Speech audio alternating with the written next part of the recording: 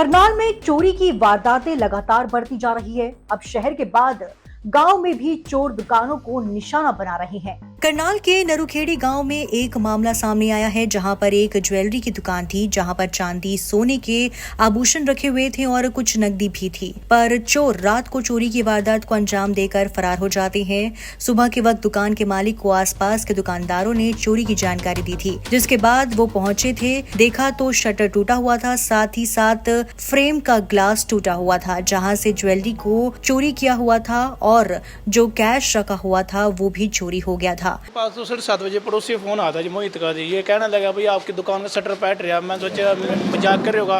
फिर ये मेरे पड़ोसी जी पप्पू मास्टर जी, इन्होंने फ़ोन किया। अभी फिर भी विश्वास नहीं है। मेरे ताऊ का लड़का रहता है पीछे सोनू जी, उसके पास फ़ोन किया। उसने कहा भाई वाकई में शटर फटे जी। मैं सुख कॉलोनी गली नंबर 3 में रहता हूँ, इंडियन डेयरी के पास जी। वहाँ से मैंने मैडम को फ़ोन किया, फिर हम इकट्ठे आए जी। उसके बाद हमने किसी का हाथ लगा जी। डायल 112 पुलिस आई। पुलिस आने के बाद फिर इसके दोनों लोग और इसका लोग जी पुलिस ने खुलवाया। हमें कोई चीज़ छिड़खानी नहीं करी जी। क्या कुछ नुकसान हुआ? नुकसान है सर जी, कम से 4-5 लाख का नुकसान हो गया मेरा जी। ज्वेलरी और नकदी थी? नकदी भी नकदी 2 लाख रुपये नकद पड़े थे जी, कैश था जी, और 2 चैनी सेट थे जी।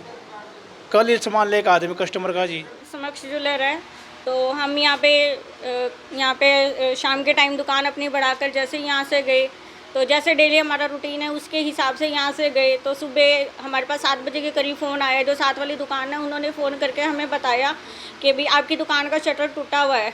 तो पहले तो हमने विश्वास नहीं किया, हमने सोचा चलो वैसे ही पड़ोसियों ने फ़ोन कर दिया होगा। तो जैसे ही फिर थोड़ी देर बाद कंफर्म करा हमने 1-2 जनों को कॉल करके, तो हमें पता चला कि सच में शटर तोड़ा हुआ है।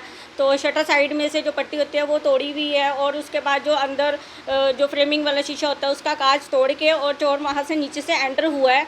और एंटर होने के बाद जो हमारी तिजोरी है उसमें हमारे सोने चांदी का सामान जो किसी का ऑर्डर पे आया हुआ था और या लेना देना था जो भी कुछ था, और नगद पैसे रखे हुए थे, किसी की पेमेंट आई हुई थी 2 लाख रुपए, वो भी चली गई है।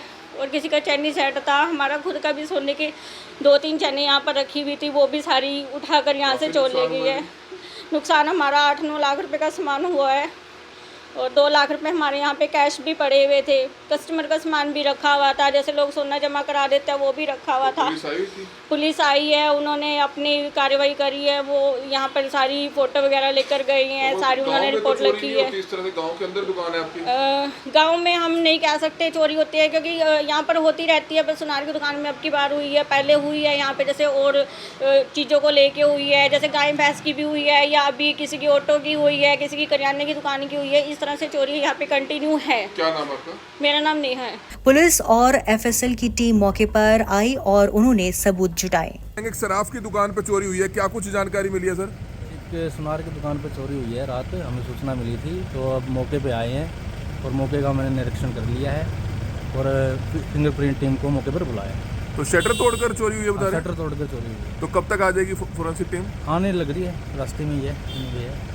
अब देखना ये होगा कि पुलिस चोरी की वारदातों पर कब तक लगाम लगा पाती है और चोरों को पकड़ पाती है।